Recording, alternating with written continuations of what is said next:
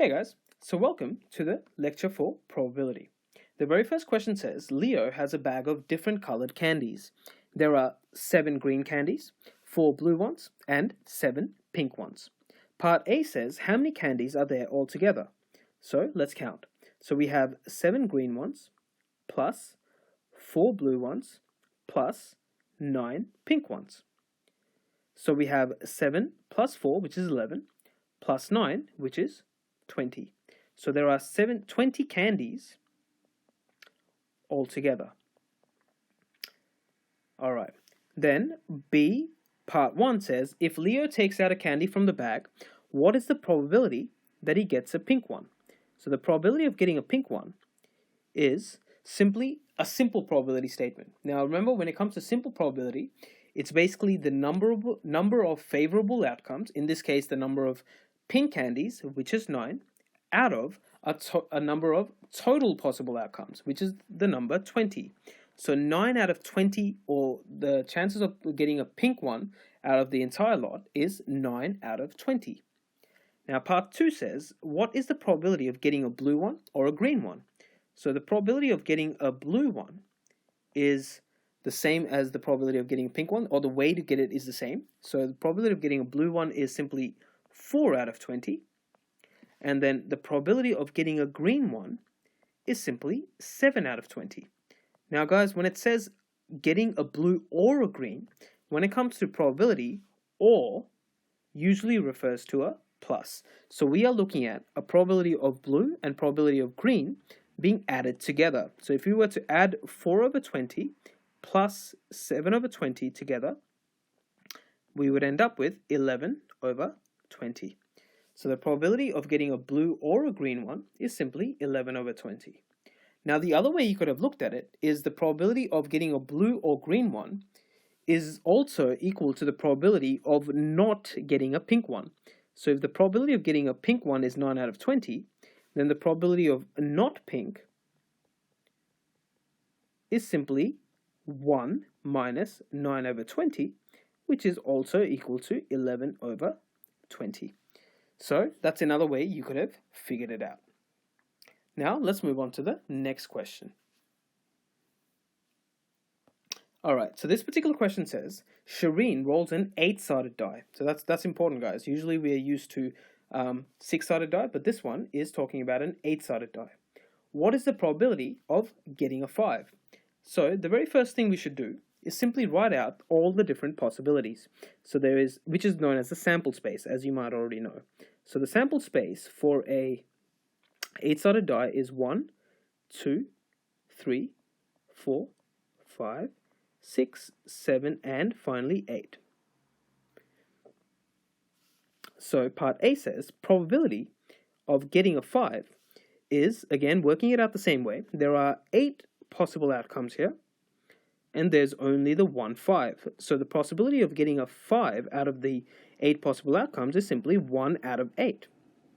Then we have B, which is probability of getting an odd number. So I'm going to use a different color here to indicate which the odd numbers are. So we have 1, 3, 5, and 7. So 4 out of the 8 possibilities are odd numbers. So 4 out of 8 are odd, and 4 out of 8 can be simplified to 1 over 2. And then finally, we have C, the probability of getting a number that is greater than 5. So once again, let me use a different color. The number that is greater than 5 is 6, 7, and 8. So, to write out the probability, number greater than 5 is equal to, there are 3 possible outcomes out of a total of 8. So the probability of getting a 5 was 1 out of 8. Probability of getting an odd number was half. So there's a 50% chance of picking up an odd number. And there is a 3 out of 8 chance of getting a number that is greater than 5, which are the numbers 6, 7, or 8. Moving on to the next question. Alrighty, so this particular question says, an experiment is done where a coin is tossed at the same time as a 6-sided die is rolled. Part A says, draw a two-way table to show all possible results. And part B is basically asking us to find the probability of different situations. So let's draw out a two-way table. Now, because I'm going to be going this way, I'm going to have the outcomes for the die going horizontally. So we have 1, 2, 3, 4, 5, and 6. So plenty of room there. And for the coin, we have heads and tails. So the possibility here is heads and 1, heads and 2, heads and 3, heads and 4, heads and 5, heads and 6, tails and 1, tails and 2, tails and 3, tails and 4, and tails and 6. So that right there, guys, is our two-way table, which shows all possible results. And as you can see, there are 12 possible results. So 1, 2, 3, 4, 5, 6, and another 6 down the bottom, giving us a total of 12 possible results. So part B, part 1, we have what is the probability of getting a tails? So getting tails, so again, there are 12 possible outcomes, and there are 6 of them that have tails in them. So 6 out of 12 are is the probability of getting a tails. Now 6 out of 12 can be simplified to 1 over 2.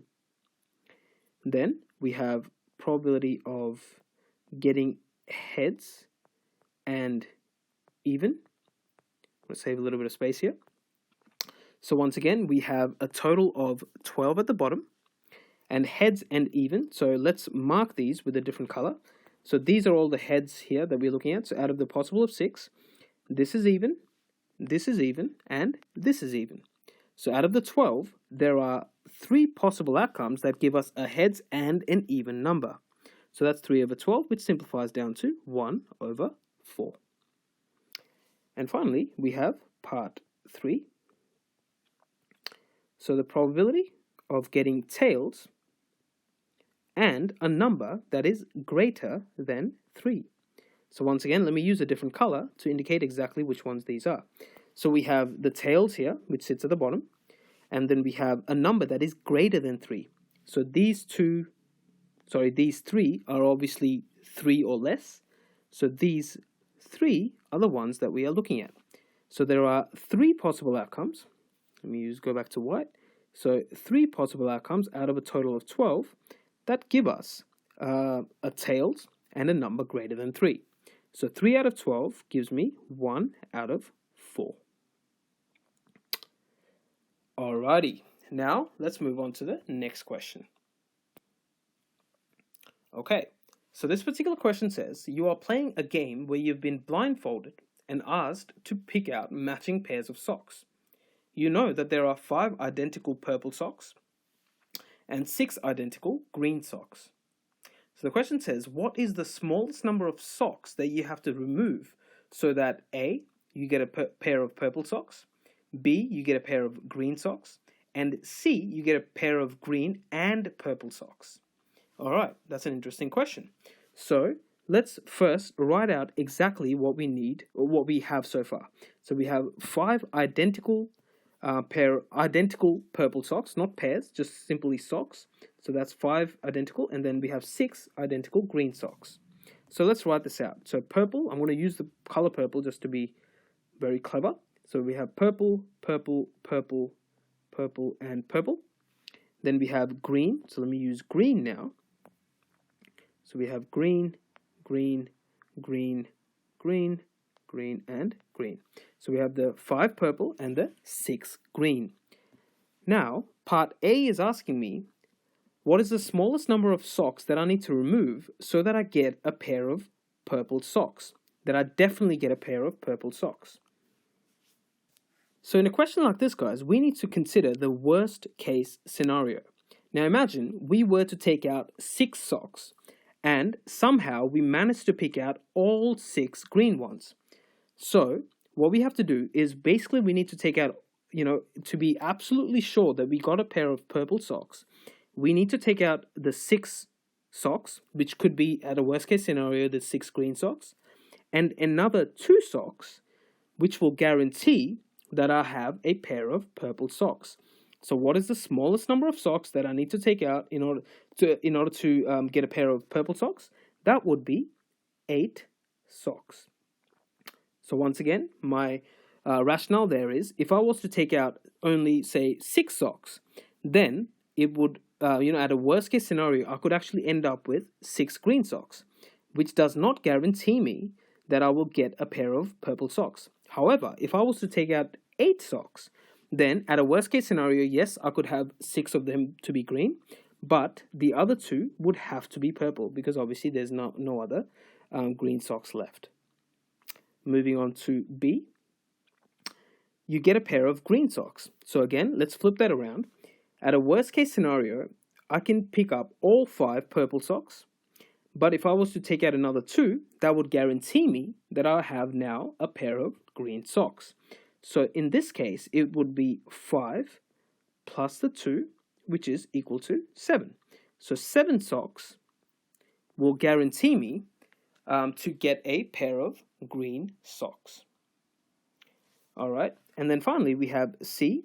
It says, what is the smallest number of socks that I have to remove so that I get a pair of green and purple socks? So let me just highlight that. It says green and purple, not just one or the other. So we've actually figured this answer out already, because since there are more green socks than there are purple, taking out 8 socks again actually guarantees me that I get green as well as purple. So again, if I was to take out 8 pairs of socks, at a worst case scenario, that could have 6 green in it and 2 purple in it. Or it could have 5 purple in it or 3 green in it. No matter which combination you look at, we will always get a pair of green and purple socks. So again, 8 socks, if I was to remove 8 socks from the drawer, I would get a pair of green as well as purple. So guys, again, those were some typical questions that you can encounter at a grade 7 level for probability. As you can see, they're fairly straightforward. They simply involve a little bit of common sense and some theory behind simple probability and stuff around two-way table. I hope that was helpful.